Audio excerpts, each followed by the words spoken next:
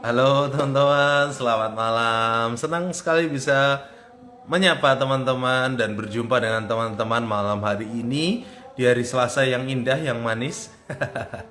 Dan hari ini kita memasuki episode 65, luar biasa. Ini semua karena anugerah Tuhan tentunya dan juga dukungan teman-teman semua. Thank you banyak teman-teman yang terus bergabung dan terus hadir untuk kita sharing, diskusi, ngobrol bareng gitu ya, bareng Instagram live-nya Sabdayut. Malam hari ini kita ngebahas satu topik yang menarik tentunya yang mungkin jarang dibahas di kalangan anak muda gitu ya. Makanya kami angkat supaya teman-teman pemuda, anak-anak muda nih bisa lebih ngerti lagi terkait hal ini, terkait topik kita. Nah, teman-teman juga bisa melihat topiknya di pojok kiri atas. Oke, oke langsung aja aku invite ya temanku yang akan menemani aku ngobrol malam hari ini. Oke, nah teman-teman di rumah mungkin yang baru pertama kali hadir di Instagramnya Sabdayut, aku mau jelaskan sedikit nih tentang Sabdayut. Jadi sebenarnya apa sih Sabdayut itu? Jadi Sabdayut adalah acara ngobrol bareng melalui platform Instagram, live Instagram tentunya, dari Yayasan Lembaga Sabda. Kami konsepnya ngobrol, diskusi, sharing seputar topik-topik yang relate dengan anak muda atau bahkan yang mungkin jarang dibahas di kalangan anak muda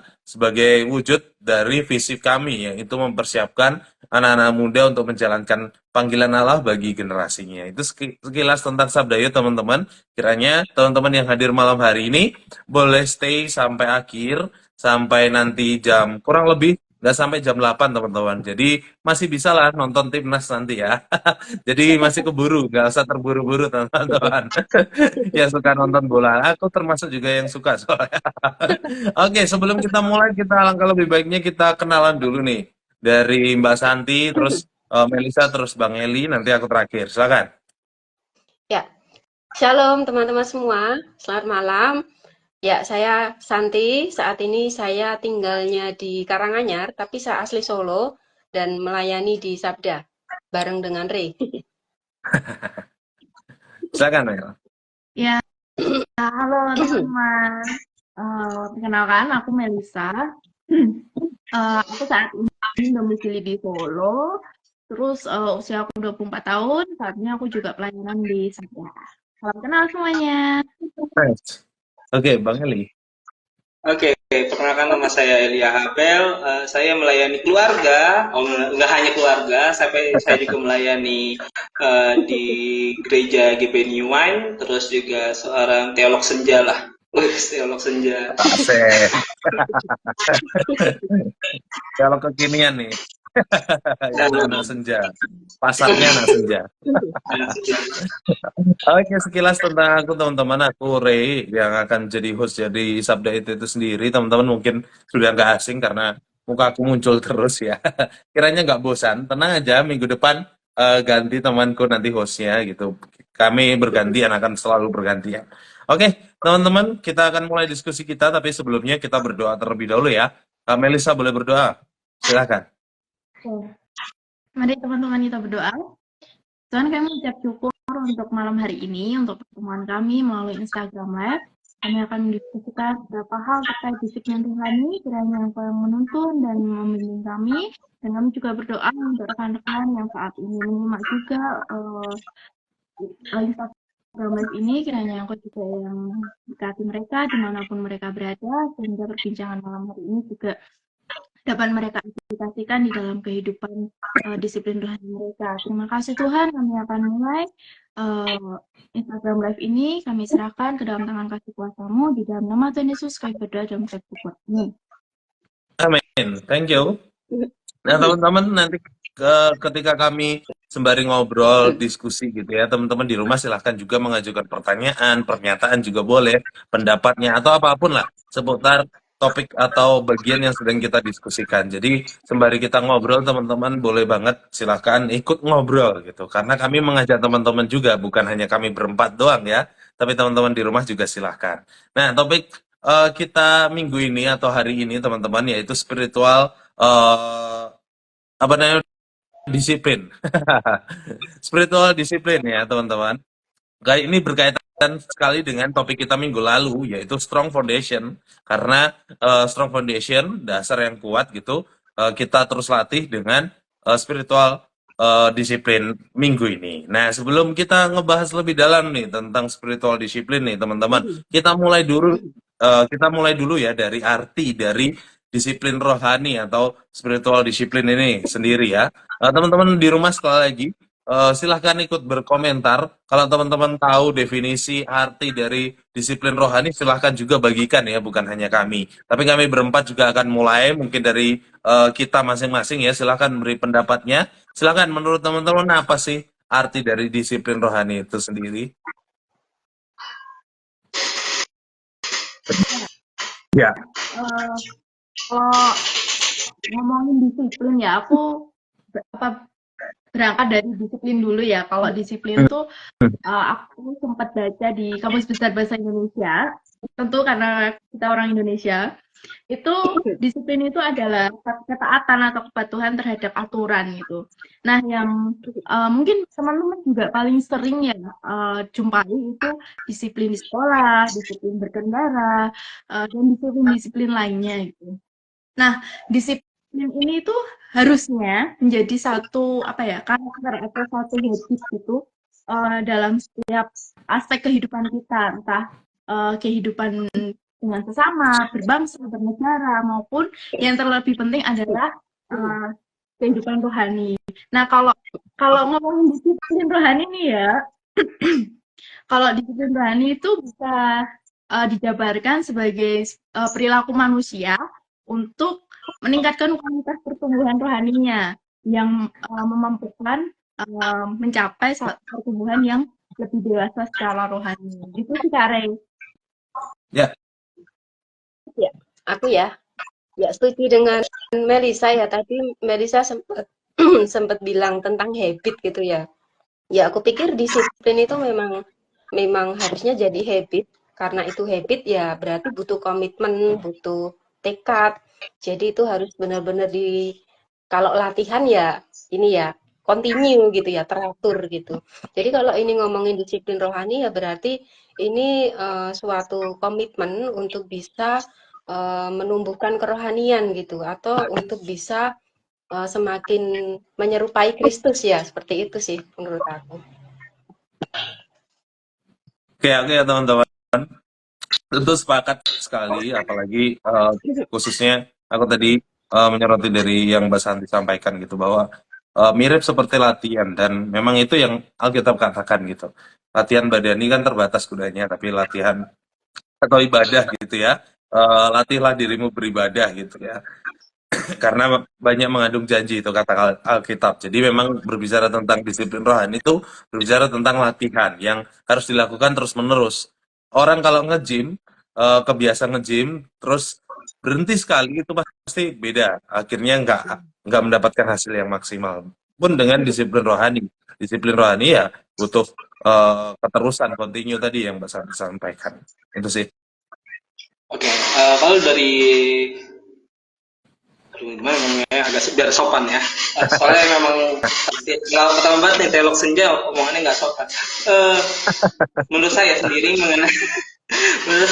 mengenai tentang kedisiplinan ini sering banget diindikasikan kata disiplin ini suatu penekanan hukuman gitu loh. Tapi sebenarnya kalau kita mau tarik lurus gitu loh, disiplin ini kan adalah artinya kata diambil dari bahasa Latin discere, terus disiplin juga merujuk kepada suatu merujuk kepada pemuritan. Nah, pada akhirnya nilai disiplin ini pun juga harusnya tidak lagi dirasuki sama nilai suatu fear, tapi harus dimasuki dari rasa kerinduan. Karena ketika kita tahu kata disiplin ya, apalagi anak-anak 90-an ya yang udah kebal banget tuh pantat sama sapu kan, apalagi yang nggak bisa tuh kita tuh nggak bisa kita pasti kita selalu kena hal itu. Kalau anak-anak zaman sekarang kan susah ya, soalnya langsung mental health gitu ya kan, bahaya juga ya kan. Kita tuh akhirnya melihat kata disiplin adalah suatu hal yang menakutkan. Tapi pada akhirnya kita harus membuka atau membuka selebar-lebarnya arti kata disiplin sebenarnya harusnya dimulai dari ada keinginan belajar, bukan suatu hal yang dipaksakan untuk belajar.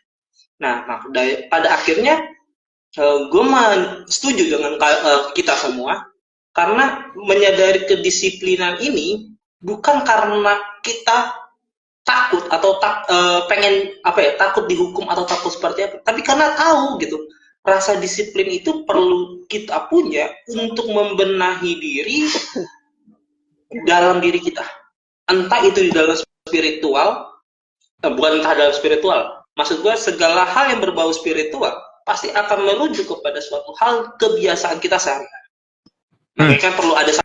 Makanya ada sabda resource yang bagi kontennya setiap hari untuk menanam keimanan kita, membesarkan kapasitas kita mengenai firman Tuhan dari konten-konten dari sabda resource atau teman-teman Kristen yang lain di Instagram, untuk kita mengerti itu disiplin itu bukan untuk menakuti atau didisiplinkan atau dihukum, melainkan untuk kita sama-sama belajar dalam pemuritan di dalam Kristus. Ya, betul. Aku ya teman-teman, aku pun sepakat dengan hal itu gitu. Bukan dasarnya disiplin rohani itu bukan karena ketakutan, karena memang banyak definisi terkait biasanya orang melanggar tuh bahasa halusnya sedang didisiplinkan gitu. Kalau orang sedang dihukum kan sedang didisiplinkan gitu-gitu. Jadi sehingga konotasinya menjadi negatif, padahal enggak gitu. Disiplin rohani itu lahir dari sebuah kerinduan, dan berbicara tentang kerinduan itu pun harus dilatih juga gitu, dalam artian dipancing atau dipantik, karena ada beberapa orang yang memang mungkin kurang peka gitu terkait hal-hal kerohanian atau apa segala macamnya. Makanya sangat penting kita semua gitu melakukan disiplin rohani itu gitu sedari kecil gitu. Mungkin kalau kita punya anak atau punya keponakan, kita juga tolong mereka gitu untuk melaksanakan, untuk melatih disiplin rohani ini. Itu sih menurutku. Oke, aku ya Kak Rey. Aku setuju banget sih, disiplin rohani itu harus dilatih gitu. Nah, tapi menurut teman-teman tuh disiplin rohani itu ada satu macam kah, atau dua macam, atau ada banyak? Kalau ada beberapa, teman-teman bisa dong sharing gitu. Siapa tahu nih, ternyata aku tuh udah melakukan disiplin rohani nih, tapi aku nggak nyadarin kalau itu tuh namanya disiplin rohani. Teman-teman bisa sharing, teman-teman yang di rumah juga bisa sharing ya, macam-macam disiplin rohani itu apa aja. Ya, aku ya. Ya, menurut aku sih disiplin rohani itu nggak cuma satu gitu ya. Aku pikir ada beberapa macam gitu. Kayak disiplin berdoa, disiplin beribadah atau bersekutu gitu, baik di gereja, di komunitas atau persekutuan gitu ya. Terus juga yang paling penting itu yang juga terus digiatkan gitu ya, itu disiplin untuk baca Alkitab atau belajar Alkitab itu. Jadi menurut aku ada beberapa macam sih. Ya memang ya tadi Kak Merisa bilang, ya mungkin kita pernah lakukan gitu, tapi kita nggak sadar kalau itu disiplin rohani gitu. Ya mungkin di satu sisi kita itu merasa udah melakukan, tapi kita nggak tahu kalau itu termasuk disiplin rohani. Tapi ya nanti mungkin ada jenis disiplin rohani lain yang ternyata aku belum lakukan itu gitu. Jadi perlu juga untuk lakukan. Itu sih dari aku. Siap. Kalau dari saya ya, sebenarnya mengenai disiplin rohani itu adalah suatu hal yang harusnya dimulai dari suatu hal yang ditutup-tutupi. Suatu hal yang ditutup-tutupi yaitu apa? Adalah suatu hal mengenai dosa dalam diri kita sendiri. Makanya Yakobus bilang di dalam Yakobus 5 ayat 16, karena itu hendaklah kamu saling mengaku dosamu dan saling mendoakan supaya kamu sembuh. Doa yang benar bila dengan yakin didoakan sangat besar kuasanya. Nah, ini bukan tentang iman biji sesawi sebenarnya. Konsep Yakobus sampaikan perihal tentang kita jujur di hadapan Tuhan. Bagaimana kita bisa punya suatu hal yang disiplin untuk Tuhan kalau kita tidak jujur di hadapan Tuhan? Itu menjadi suatu hal yang bisa dibilang suatu hal yang agamawi, sedangkan ini bukan tidak menyampaikan suatu hal yang tentang agama. Maksudnya Tuhan tidak mau tentang agamawinya saja, tapi Dia mau tentang diri kita, tentang jiwa kita. Jadi semuanya tentang instrumen, segala hal terjadi, segala hal dilakukan, berdoa, membaca, berpuasa, it's good. Tapi ketika bagian mengakui dosanya, dia masih shame, malu, atau dia tidak berani jujur dalam dirinya, di dalam doanya, ya semuanya itu akan berlalu aja. Makanya gak heran saat ini, kekristenan saat ini, untuk anak-anak muda menjadi denial, bagi saya menjadi suatu hal yang denial, karena mereka masih belum berani gitu. Satu, ada orang yang sudah berani mengakui dosanya tapi mungkin di tempat yang salah.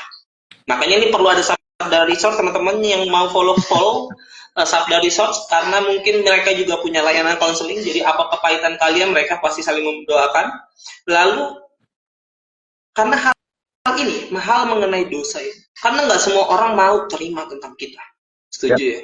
Tapi ketika kita ada hamba Tuhan yang menerima diri kita, pasti mereka mau mengenal Tuhan. Nah, faktor itu yang pertama. Kedua, mengapa hal mengakui dosa menjadi hal yang utama dalam pengembangan spiritual rohani? Tadi kita udah tarik di awal, apalagi yang kemarin mengenai iman. Di minggu lalu saya sempat nonton bahwa ada orang sempat kepahitan ya, si Neus ya, Noel ya, sempat kepahitan terus ya. Nah, hal ini nih yang menjadi suatu hal yang orang jadi udahlah, daripada gue main gereja-gerejaan, mending gue pelayanan di luar deh, ya kan? Ya bagaimana lo mau pelayanan di luar, mau berkembang di luar, kalau lu nggak dikembangin di dalam, betul? Gimana caranya? Lu mau katanya, gue mau mau nunjukin kasih Yesus mau di luar, di gereja nggak pernah ada, di komunitas nggak pernah ada. Terus di pembentukan disiplin rohani lo di mana? Jadi jangan pernah berlandaskan kepahitan untuk apa ya? Untuk menghindari pembentukan. Makanya follow lah Sabda Resort, karena banyaklah konten-konten yang menarik untuk bisa mendamaikan hati kalian lah. Ya. Ya, oke, menarik yang Bang Eli sampaikan tadi ya terkait pengakuan dosa. Memang sepertinya pengakuan dosa ini harusnya menjadi dasar gitu untuk disiplin rohani yang selanjutnya gitu, untuk dapat lebih nyaman gitu. Karena biasanya kalau nggak ada pengakuan dosa tuh yang lain rutinitas gitu, rutinitas semata gitu, berdoa, baca kitab, ya udah, karena aku agama Kristen ya udah aku berdoa gitu. Tapi bukan karena, tadi lagi balik lagi ke definisi, bukan karena sebuah kerinduan atau segala macamnya, tapi karena sebuah ya rutinitas semata. Makanya penting ketika kita setelah mengakui dosa, bagiku ada dua hal disiplin rohani yang harus dipahami dan dimengerti untuk kita semua, yaitu berdoa dan menyendiri dengan Tuhan gitu.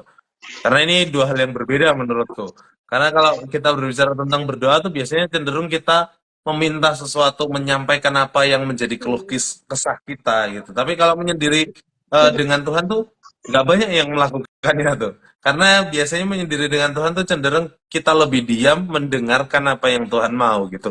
Entah dari cara apapun ya, bisa dari mimpi, bisikan atau something, atau bahkan firman-Nya langsung ketika kita renungan terus kita yakin ini dari Tuhan gitu. Dan banyak cara lah Tuhan. Tapi yang jelas nggak banyak yang menyendiri dengan Tuhan.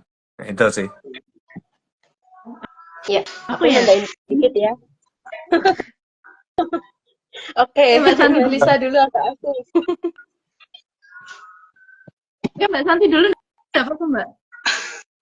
Ya, ini sih disiplin rohani itu menurut aku juga salah satu ungkapan syukur kita gitu ya kepada Tuhan gitu. Kalau kita ingat lagi tadi disiplin rohani itu kalau dalam bahasa Inggris kan berasal di kata ini ya, disiplin itu disciple gitu ya, itu pengikut Kristus gitu ya. Berarti kan kita punya seseorang gitu yang akan kita ikuti, yang kita teladani gitu. Jadi aku pikir macam-macam disiplin rohani ini pun tidak akan pernah terlepas gitu dari teladan kita, dari Yesus sendiri, dari apa yang Dia firmankan. Jadi pasti akan terus menjadi fokusnya itu Kristus itu sendiri, firman-Nya gitu. Itu aja sih tambahanku. Ya. Aku ngerespon yang dari Kak Eli tadi ya, relate banget sih. Maksudnya sebelum idealnya ya kalau ngomongin idealan gitu, emang harusnya emang kita mengakui melakukan pengakuan dosa dulu gitu sebelum melakukan disiplin-disiplin rohani yang lainnya gitu. Seperti yang udah disampaikan tadi kayak berdoa, membaca firman Tuhan dan lain sebagainya gitu. Karena kalau tanpa kalau nggak ada fondasi yang kuat, kadang tuh based on experience aja sih dari pengalaman gitu kadang juga jadi meragukan gitu. Ngapain sih aku tiap hari berdoa, tiap hari baca firman? Pokoknya kayak gitu aja gitu. Kalau kalau emang nggak didasari dari keinginan atau dari pengakuan dosa terlebih dahulu dan apa ke kepapaan gitu, ke rasa nggak tidak berdaya kalau tidak ada Tuhan Yesus. Nah kayak gitu tuh ya jadi jadi cuma rutinitas ya kayak yang Kak Rey bilang tadi gitu, cuma ya udahlah tiap hari berdoa oke, baca firman Tuhan oke, tiap minggu ke gereja iya gitu, tapi hampa gitu kayak nggak menikmati atau nggak menghidupi gitu. Itu sih diingatkan lagi. Thank you Kak Eli. Oke. Oke. Oh, ya Bang Eli mau nambahin silakan. Makanya menarik kalau kita ngomongin tentang disiplin rohani, karena pada umumnya orang-orang yang nonton bakal ngiranya disiplin rohani kayaknya bakal umum banget. Padahal kalau kita mau buka ini selebar-lebarnya, gue merasa gitu. Maaf ya, mungkin kalimatnya mulai gua suka keceplosan mulutnya. Aman. Ya. Saya merasa, gue merasa kalau misalkan banyak orang merindukan Tuhan dalam kerapuhannya, dan Tuhan memang merindukan mereka saat kerapuhannya. Jadi makanya hal ini yang harus disadari teman-teman. Ketika memang kau rapuh, bukan denialnya kamu tentang Tuhan, sebenarnya itu rindumu dengan Tuhan. Dan itu makanya terkadang kalau kita berujuk kepada Alkitab, Matius 19 ayat yang keberapa yang mengenai orang kaya nanya ke Tuhan, gue udah ngelakuin semuanya loh, terus Tuhan bilang jual semua, ikut gue. Rupanya yang tujuannya dia adalah hatinya memang inginnya ke Tuhan, tapi hatinya nggak ke Tuhan. Terkadang bukan hanya anak-anak zaman sekarang, best experience sendiri, gue begitu, kita tuh datang ke Tuhan gitu kadang-kadang. Lalu ketika tidak diberikan kepada Tuhan, ini jadi ada linearnya dari apa ya tentang iman kemarin sama tentang kedisiplinan rohani sekarang. Rupanya disiplin rohani bukan tujuannya Tuhan akan berikan, melainkan tujuannya mengejar keserupaan dengan Tuhan. Makanya Tuhan bilang serupa kita gitu loh. Bukan jadi Tuhan ya, ini salah lagi nanti doktrinnya ya kan. Nah itu dia menariknya yang Bang Eli sampaikan, bahwa kedisiplinan rohani itu memang kita sedang berusaha untuk serupa dengan Kristus gitu, karena firman Tuhan juga katakan gitu, hendaklah kamu sempurna seperti aku sempurna juga gitu. Bukan berarti kita bisa sempurna, tapi kita terus menerus mengejarnya gitu. Paulus juga mengatakan kerjakanlah keselamatanmu juga, itu termasuk bagian dari usaha atau bentuk dari kita disiplin rohani untuk berusaha semakin serupa dengan Kristus. Nah, oleh sebab itu bagiku juga yang tak kalah pentingnya, jangan sampai kita hanya terfokus kepada diri sendiri gitu. Terkadang itu menjadi ya tadi denialnya anak-anak muda atau kita semua gitu. Kita terlalu fokus terhadap diri sendiri. Wah, aku masih kurang bagus nih, kurang serupa nih dengan Kristus nih, sehingga kita lupa untuk melakukan disiplin rohani yang lain yang bentuknya lebih ke persekutuan, seperti ya bersekutu bersama, melayani orang lain juga gitu. Itu juga suatu yang penting gitu. Jadi jangan anggap teman-teman kalau disiplin rohani itu berbicara tentang diri kita semua gitu. Enggak juga gitu. Tapi juga action kita kepada orang lain itu juga tak kalah pentingnya, karena memang bagiku itu menjadi disiplin rohani yang tahap selanjutnya gitu. Setelah kita pengakuan dosa, kita benar-benar bereskan semuanya di hadapan Tuhan, ya kita action gitu. Karena itu sebagai wujud tadi keserupaan dengan Kristus. Kristus ketika di dunia kan juga banyak actionnya gitu, nggak banyak cuman doa-doa tok gitu. Bahkan Di dalam Alkitab lebih banyak cerita-cerita actionnya daripada cerita doanya gitu. Itu sih dariku. Oke, ya aku nambahin ya. Jadi aku pikir kita semua ini setuju ya kalau disiplin rohani itu ada macam-macam gitu ya. Cuman kita juga mesti mikirin juga kan disiplin rohani ini sebenarnya tujuannya apa sih gitu. Maksudnya pentingnya gitu bagi kita sebagai orang percaya gitu. Nah, karena tadi itu kan macam-macam gitu disiplin rohaninya. Nah, apakah itu tuh punya tujuan sendiri-sendiri atau seperti apa gitu? Gimana menurut teman-teman?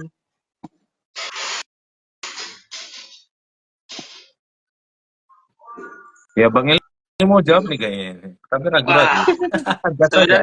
sebenarnya bukan hanya menjawab, tapi mari kita kembangkan bukan mengenai hal ini ya, macam disiplin rohani. Pertanyaan tadi dari Kak Santi, melakukan kedisiplinan itu gitu, lalu dengan tujuannya. Tadi kan udah kita spill gitu mengenai rupanya mengejar keserupaan dengan Tuhan. Wah, sulit kali rupanya, ya kan? Belum tentu loh. Serius. Ini rupanya topik yang lebih besar dari kata. Karena kalau misalkan apa ya, maaf ya, memang bahasa saya suka melipir kepada generasi sebelumnya.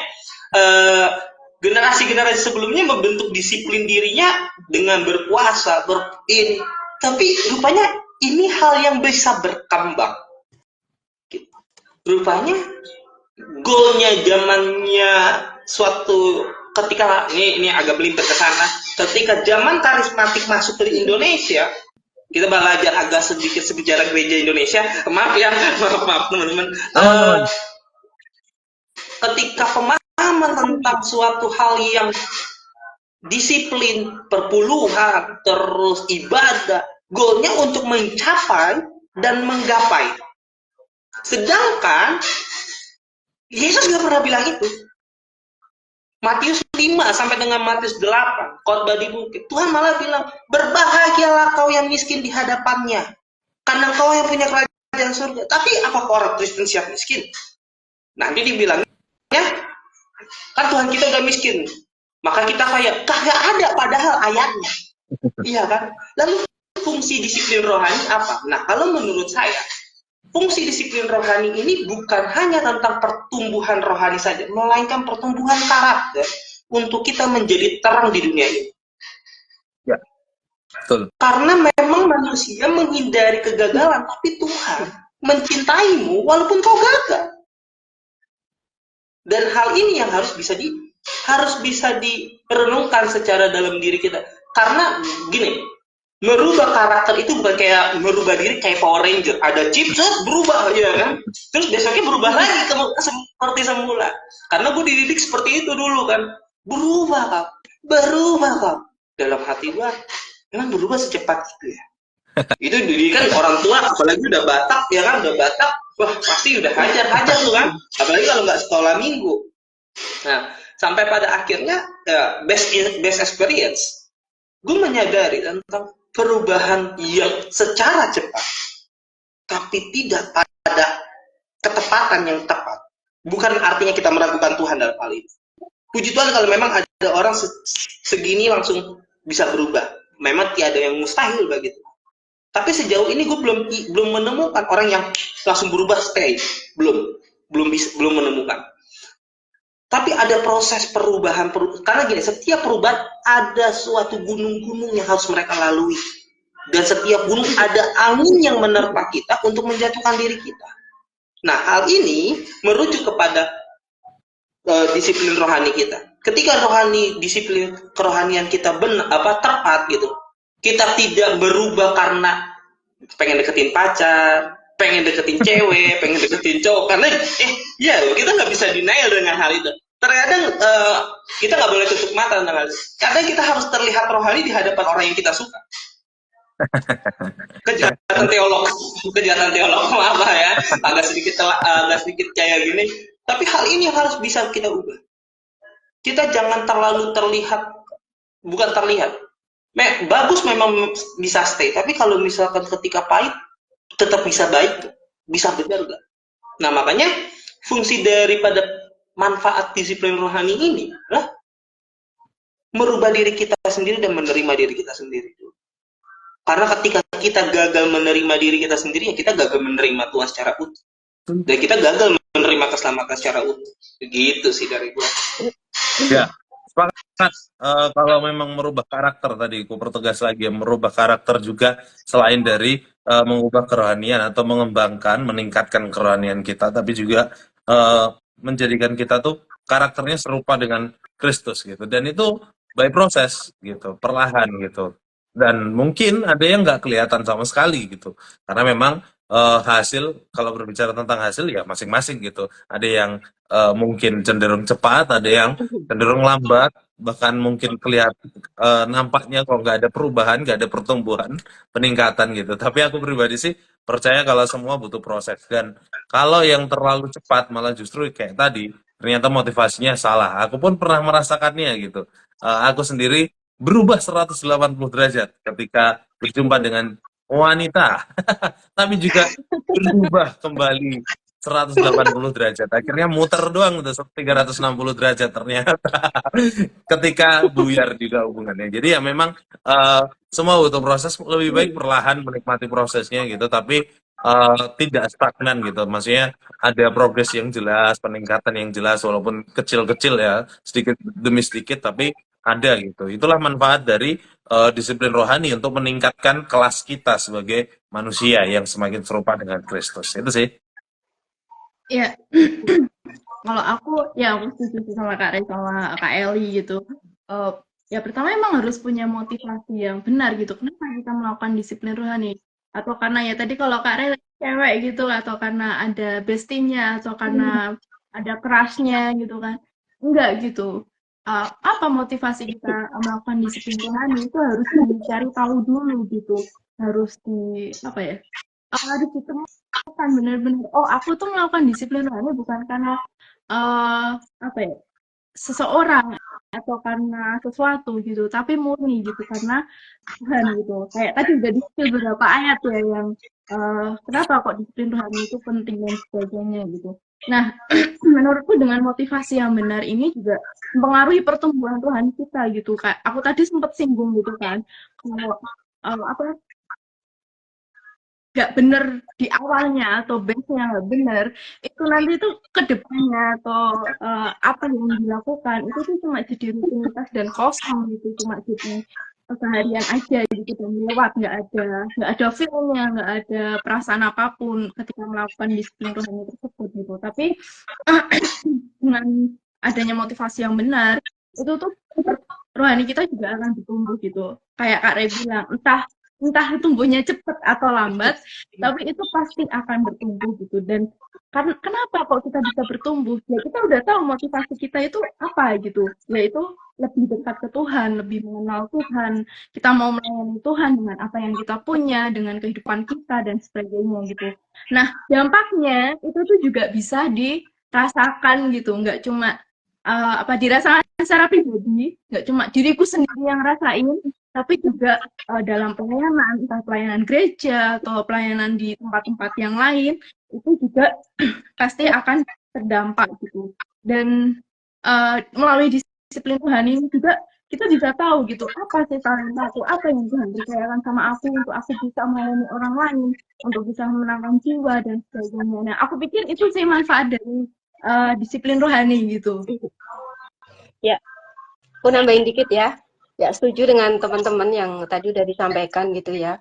Aku sendiri juga merasa manfaat disiplin rohani itu bisa menolong pertumbuhan rohani itu secara konstan gitu. Karena tadi ya, disiplin itu kan dilakukannya secara teratur gitu ya, secara continue gitu ya, terus-terusan gitu. Jadi perlahan tapi pasti itu sebenarnya ibarat kalau kita nanti akan perang gitu ya, kita itu udah punya amunisinya gitu. Jadi berdoa, baca firman, belajar firman, terus tadi bersekutu, bahkan mengakui dosa kita gitu ya, dan seterusnya gitu. Itu menurut aku itu amunisi yang akan ada gitu di dalam orang percaya gitu. Jadi kalau suatu saat kita nggak ngerti gitu ya, tiba-tiba kita diserang, tiba-tiba kita ada kesulitan, tekanan, tantangan maupun apapun lah gitu, itu tuh kita siap gitu, kita siapnya itu setiap saat gitu, bukan kalau pas ada ini ya kesulitan kita baru baru buka Alkitab, baca, baru berdoa sama Tuhan. Enggak, bukan seperti itu gitu ya. Jadi menurut aku ini disiplin rohani itu manfaatnya benar-benar manfaat yang nggak cuman apa ya melatih saja, tetapi sebenarnya juga memperkuat iman kita dan membuat kita itu bisa tangguh gitu setiap saat. Itu aja sih tambahan dari. Ya aku ya teman-teman, jadi teringat dari Mbak Santi yang sampaikan gitu, perlengkapan senjata Allah gitu, yang banyak yang sebagai alat pertahanan, tapi ada satu yang menjadi alat peperangan gitu, senjatanya gitu, yaitu pedang roh, yaitu firman Allah itu sendiri gitu. Jadi bagiku juga, menurutku teman-teman gitu, bahwa disiplin rohani ini punya manfaat masing-masing gitu, baik berdoa punya manfaatnya sendiri gitu, membaca Alkitab juga punya manfaatnya sendiri. Yang paling jelas tadi aku sampaikan tadi, berdoa dan menyendiri dengan Tuhan itu jelas manfaatnya dua hal yang berbeda gitu. Jadi setiap disiplin rohani yang kita lakukan dan masing-masing disiplin rohani seperti berdoa, bersekutu dan melayani sesama termasuk pengakuan dosa tadi itu juga punya manfaatnya masing-masing gitu. Contohnya pengakuan dosa berarti manfaatnya jelas untuk senantiasa menguduskan kita. Karena setiap hari kita pasti jatuh dalam dosa, teman-teman. Nggak bisa dipungkiri gitu. Nggak ada yang sama sekali tidak berdosa atau tidak melakukan dosa selama satu hari. Saya rasa hampir mustahil gitu.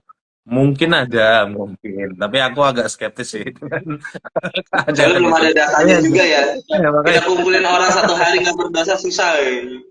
makanya itu. Jadi balik lagi manfaat dari disiplin rohani itu memang masing-masing dari setiap disiplin rohani yang kita lakukan itu pasti punya manfaat yang baik untuk diri kita gitu. Bahkan tadi Bang Eli sempat singgung untuk keluar gitu, untuk ke sesama kita menjadi terang gitu ya. Itu sih dariku. Oke, sebelum melanjutkan ke apa, gue mau bertanya. Dan sebenarnya dari tiga topik yang kita simpulin, sebenarnya goalnya ini tentang pertanggungjawaban keselamatan nggak sih? Tentang kita bertobat dari iman yang kita tahu, iman yang bisa menyelamatkan. Dari minggu lalu kita bahas, kita bertobat. Terus kita ngomongin tentang saat ini mengenai disiplin rohani. Ini ngomongin tentang mempekerjakan keselamatan, bukan? Nah, hal ini akan menghasilkan suatu pertanyaan. Best experience boleh, apa yang pernah kita baca boleh. Nah, gue ingin bertanya gitu loh ke teman-teman di sini. Bagaimana menurut kalian cara mempertahankan disiplin rohani kalian?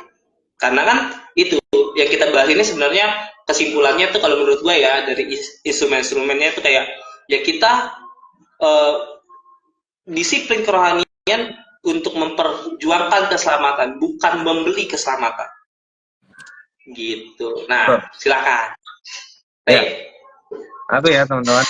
Disiplin rohani bisa dipertahankan. Kalau keselamatan, ya pasti bukan dipertahankan ya, karena itu anugerah. Jadi Tuhan yang memberikan.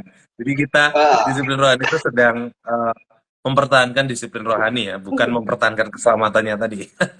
Nanti teman-teman jangan sampai salah dengar gitu ya. Salah dengar. Jadi ya, jadi kalau kita berbicara tentang disiplin rohani, bagaimana mempertahankannya atau lebih simpelnya mungkin kalau aku boleh membahasakan bagaimana kita konsisten melakukannya gitu kan. Konsisten berbicara tentang mempertahankan atau terus-menerus melakukan kan ya. Jadi pada dasarnya sejak awal tadi kita juga sudah sepil gitu.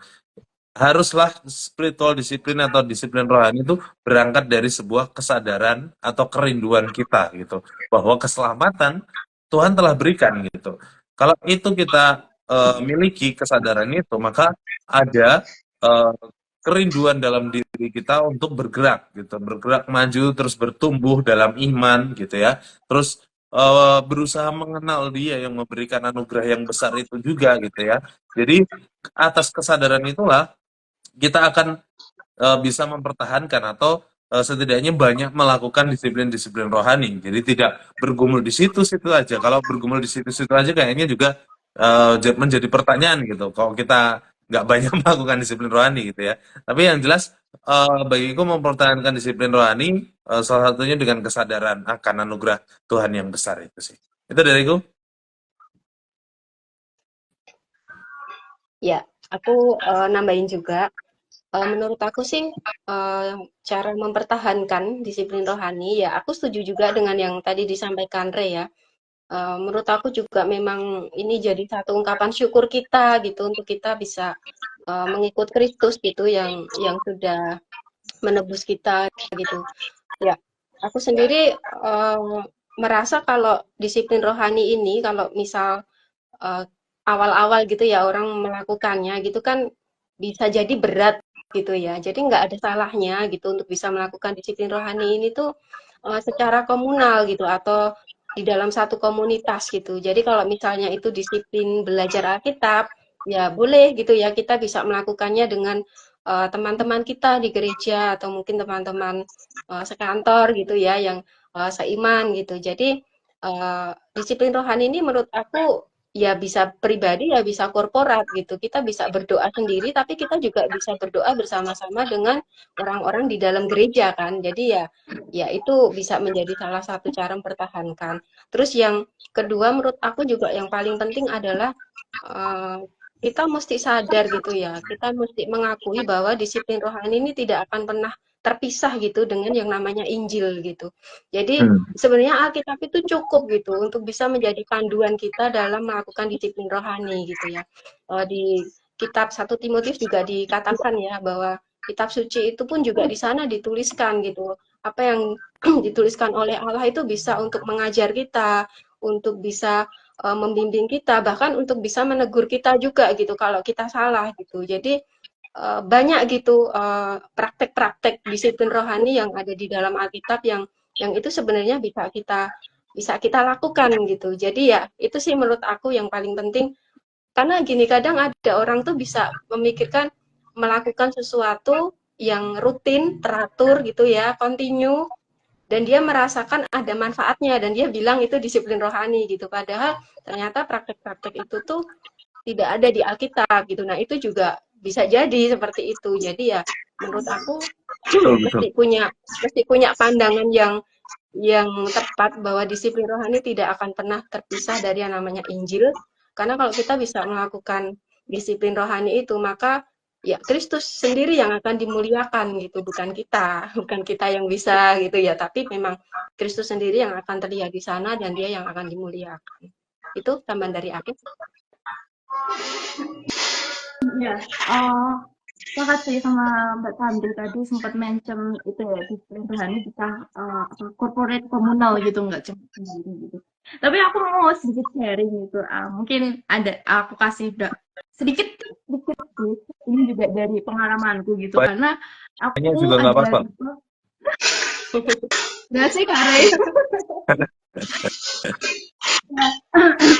Karena aku adalah tipe yang susah gitu untuk bisa apa ya melakukan itu secara rutin gitu continue atau gini lagi gitu itu tapi semenjak kayaknya berapa tahun yang lalu ya sekitar 5 tahun yang lalu itu aku komitmen gitu kalau aku mau membangun disiplin rohaniku motivasiku bukan cari cowok dan sebagainya gitu tapi aku pertama-tama dulu mulai gitu dari pribadiku dan perbaiki komunikasiku dengan Tuhan gitu melalui apa ya melalui doa gitu komunikasiku sama Tuhan gitu dan ini dari situ itu baru dikembangkan gitu selain berdoa juga rajin baca firman Tuhan yang tadinya cuma baca aja itu dikembangkan lagi jadi mempelajari firman Tuhan apa ya gampangnya PA lah kayak gitu terus juga yang tadinya cuma fokus ke diri sendiri dikembangin lagi mulai mendoakan bangsa negara mulai mendoakan pelayanan dan sebagainya gitu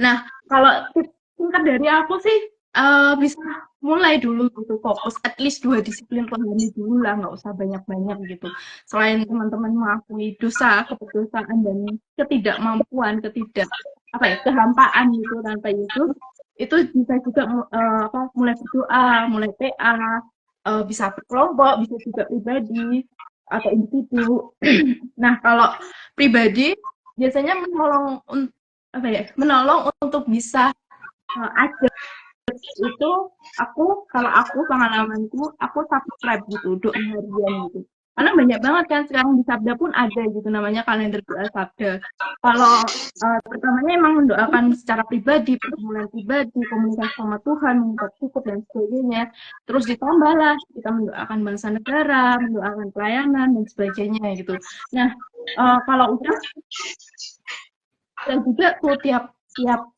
pagi subscribe juga renungan gitu. Nah dari situ pertama yang dibuka HP itu bukan chat lagi gitu, tapi notifikasi renungan yang muncul gitu. Lalu direnungkan firmannya, mengambil aplikasi, diaplikasikan dan menurutku itu it's work gitu. Itu berguna dan itu bekerja gitu. Dan itu sampai sekarang aku masih terapkan dan setiap hari, setiap pagi aku pasti buka HP bukan untuk buka chat lagi, tapi untuk ya pokok doa, untuk mendoakan, untuk PA, untuk merenungkan firman Tuhan dan sebagainya gitu. Itu sih sedikit tips dari aku. Mungkin teman-teman yang lainnya punya tips sendiri gitu untuk bisa pertahankan untuk disiplin rohani. Teman-teman yang di rumah juga bisa sharing ya. Oke, dari saya, Ya. maaf tadi mungkin salah kata karena memang terlalu bersemangat mengenai topik ini. Memang bukan mempertahankan keselamatan karena memang anugerah adalah keselamatan adalah anugerah, melainkan mempertahankan diri kita dari cobaan-cobaan dunia ini. Nah, tadi berujuk dari kesaksian si siapa kan, jadi lupa saya nih, memang udah tua nih ya, si Melisa. Mengenai HP, memang kita nggak bisa lepas dari HP ini. Lalu apakah HP bisa menjadi suatu bentuk mempertahankan disiplin rohani? Bisa, dengan follow Sabda Resource, terus bisa aktifin launchingnya karena banyak kan konten-konten yang menarik dari doa dan juga konten-konten pokok doa yang ditawarkan, yang dikontenkan dari Sabda Resource. Pertama itu. Kedua, dari gue sendiri mengenai mempertahankan diri disiplin rohani ini, sebenarnya disiplin rohani ini harus tetap gitu, harus ditanya tentang diri kita. Kita mau gak benar-benar hidup intim sama Tuhan? Karena bagaimana kita bisa mau intim sama Tuhan di saat di saat kita tidak mau memberikan waktu lebih luang untuk Tuhan. Nah, dan ini yang selalu menjadi masalah umum anak-anak zaman sekarang. Gue nggak punya waktu, Kak. Gue nggak ada waktu untuk baca Alkitab. Gue nggak ada waktu untuk berdoa. Hey, gue maaf ya, agak darah tinggi karena memang sering banget ada nge-DM gitu. Bukan kalian yang nggak punya waktu. Kalian hanya menyisakan waktu. Dan Tuhan nggak pernah menyisakan waktu loh. Dan itu yang makanya harus disadari kalau keinginan disiplin rohani kita harus disadari dengan memberikan waktu luang. Bukan memberikan waktu luang. Memang dengan secara sengaja memberikan waktu untuk membangun rohani kita. Bukan memberikan waktu sisa kita. Gitu sih dari gua. Aku setuju banget sama Kak Eli gitu, relate banget sih. Apalagi kan maksudnya anak muda tuh udah capek kuliah, capek kerja, capek nongkrong dan sebagainya gitu. Lupa kalau kita itu butuh disiplin Tuhan, kita butuh Tuhan tuh lupa gitu. Baru kalau udah putus terus udah jelek nilainya Tuhan kemana? Ya itu baru cari Tuhan. Terus Tuhan udah ngeliat di situ, di sini. Ya. Betul banget sih. Kenapa Kak aku tadi kasih tips kayak gitu? Karena aku dulu kayak gitu Kak. Jadi udah capek sekolah, udah dari pagi sampai sore. Dan itu tuh semakin hari aku semakin sadar gitu. Aku tuh butuh Tuhan gitu kan. Ya itu mulai dari situ aku rubah mindset, aku cari ini aku Tuhan gitu dan memperbaiki hubungan dengan Tuhan dan ya ternyata oke juga gitu maksudnya Tuhan tuh ketika hidupku secara pribadi diubahkan oleh Tuhan, itu tuh cara aku memandang ke Tuhan tuh udah beda gitu. Ya sebegitu powerfulnya gitu untuk disiplin rohani ini bagi kehidupan kita gitu. Itu anak-anak muda jangan lupa untuk disiplin rohani. Ya, aku ya teman-teman, aku mau lagi mempertegas lah apa yang Mbak Santi tadi sampaikan. Alkitab sebenarnya sudah cukup teman-teman gitu. Bukan berarti Alkitab harus membuat kita egois, gak mau bersekutu ya, enggak. Tapi patokan kita itu di Alkitab. Kita tahu macam-macam disiplin rohani juga dari Alkitab gitu. Kita tahu berdoa diajarkan dari Alkitab. Selain dari orang tua kita ya. Tapi Alkitab itu banyak menjelaskan segala sesuatu, berdoa, bersekutu, beribadah, ya, terus saling tolong menolong juga, melayani satu sama lain. Jadi Alkitab tuh banyak patokan, jangan sampai yang Mbak Santi tadi sampaikan itu sepakat sekali gitu, berdasarkan aturan-aturan agama-agamawi kalau bahasa Bang Eli ya, aturan-aturan agamawi yang sebetulnya nggak tertulis dalam Alkitab, tapi justru kita lakukan dengan ketat gitu. Kalau di zaman Alkitab dulu sih ada sunat gitu. Sunat itu syarat mutlak untuk orang diselamatkan gitu. Nah, itu aturan-aturan yang sebetulnya enggak Alkitabiah, maksudnya bukan yang Yesus sampaikan gitu, bahwa Yesus sampaikan keselamatan hanya ada dalam dirinya gitu, melalui darahnya, melalui salib gitu. Nabi-nabinya juga sampaikan seperti itu, rasul-rasul juga menyampaikan. Itu jangan sampai sunat justru menjadi hal-hal yang inti dari keselamatan pun dengan disiplin rohani. Jangan sampai hal-hal lain yang mungkin tidak tertulis eh, menjadi justru kita ketat lakukan gitu. Kita kaku melakukannya gitu, melupakan hal-hal yang tertulis itu tadi. Menarik teman-teman pembahasan kita malam hari ini tentunya, dan masih sangat bisa kita eksplor jauh lebih dalam, jauh lebih luas, karena tadi ya Bang Eli juga sempat sampaikan ternyata kompleks banget gitu, nggak semata-mata disiplin rohani oh sekecil itu, tapi luas banget gitu. Dan kalau kita perluas lagi, kita jabarkan lagi, bisa sampai jam 12 pun jadi gitu. Nah, oleh sebab itu Biasanya mungkin bukan di IG karena live. nah makanya kasihan yang nonton kuotanya habis juga gitu. Jadi mungkin kita boleh akhiri sampai di sini, dan terima kasih banyak kepada teman-teman semua yang sudah menemani ngobrol, Bang Eli, Melisa dan juga Mbak Santi. Seru sekali lagi, dan banyak insight-insight baru ku dapatkan. Harapannya teman-teman di rumah juga banyak memperoleh berkat yang sama yang aku dapatkan gitu. Nah, oleh sebab itu aku mau teman-teman juga membagikan berkatnya lah, closing statement gitu kepada teman-teman di rumah. Mulai dari Melisa boleh, terus Mbak Santi, Bang Eli, terus aku terakhir. Silakan, Melisa. Kalau apa ya, closing statementku terkait disiplin rohani, teman-teman yang mungkin menilai dirinya belum disiplin secara rohani, bisa apa ya, merefleksikan diri gitu. Apa sih motivasiku untuk melakukan disiplin rohani gitu. Eh, dan juga mulai gitu untuk ambil komitmen melakukan disiplin rohani. Ya, pertama-tama bikin jadwal nggak oke lah gitu, nggak apa-apa gitu. Yang penting teman-teman tuh apa, terus menerus gitu, acet gitu, dan semangat untuk berdisiplin rohani, karena itu adalah salah satu bentuk ucapan syukur kita terhadap kasih karunia Tuhan untuk kehidupan kita. Semangat! Mantap. Silakan Mbak Santi. Oke, ya dari aku ini sih, disiplin rohani itu bisa menjadi sarana kita gitu ya untuk mengalami Tuhan dan bertumbuh untuk menjadi serupa dengan Kristus itu.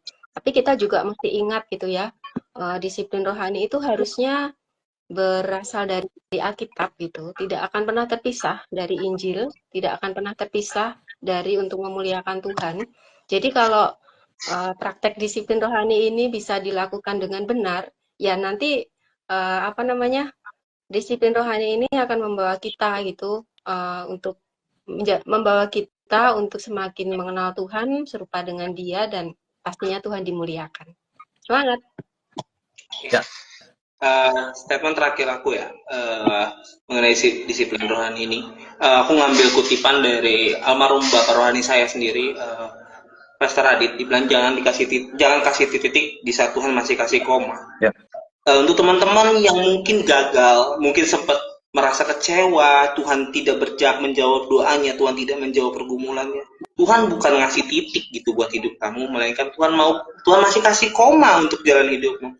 Jadi ayo sama-sama yuk buat bangun hidupnya, bangun spiritual rohaninya, karena Tuhan masih nunggu, masih mau jalan-jalan sama kalian, sama buat story sama kalian. Dan percaya deh, disiplin rohani bukan artinya Tuhan ingin membedakan mana anak Tuhan, mana anak dunia, enggak. Melainkan Tuhan mau semua jadi anak Tuhan, semua bisa diselamatkan. Dan makanya jangan pernah mengkotak-kotakkan karya Tuhan dalam hidup kita kegagalan kegagalan keinginan kita bukan artinya Tuhan gagal buat hidup kita. Semangat. Tetap. Dari ikut terakhir teman-teman, eh, dari Paulus yang katakan, yang mungkin terkenal juga ya. Janganlah kamu menjadi serupa dengan dunia ini, tetapi berubahlah oleh pembaharuan budimu, sehingga kamu dapat membedakan manakah kehendak Allah, apa yang baik, yang berkenan kepada Allah, dan yang sempurna. Jadi mulai dari pikiran juga penting teman-teman. Hati, pikiran, perasaan kita serahkan kepada Tuhan dan seterbuka mungkin. Tadi pagi PA juga kami di kantor gitu membahas tentang keterbukaan gitu. Ya kalau bisa pagi tadi atau kemarin lupa aku. Yang jelas keterbukaan itu penting di hadapan Tuhan dan disiplin rohani yang mendasar adalah keterbukaan kita dengan Tuhan. Jangan malu-malu, Tuhan gak akan menghakimi teman-teman, gak akan menghakimi kita gitu. Dalam artian langsung memukul, mementung ketika kita terbuka. Wah kamu salah. Ingat Adam dan Hawa ketika dia nggak terbuka pun Allah datang gitu dan bahkan memberikan baju yang lebih layak daripada yang mereka usaha tutupi gitu. Jadi Allah tidak langsung memukul kita. Kalaupun ada konsekuensi dari keterbukaan kita, yaitu bagian dari resiko. Tapi yang jelas Allah tidak akan langsung memukul, langsung membunuh kita, langsung menghakimi kita di tempat, tidak gitu ya.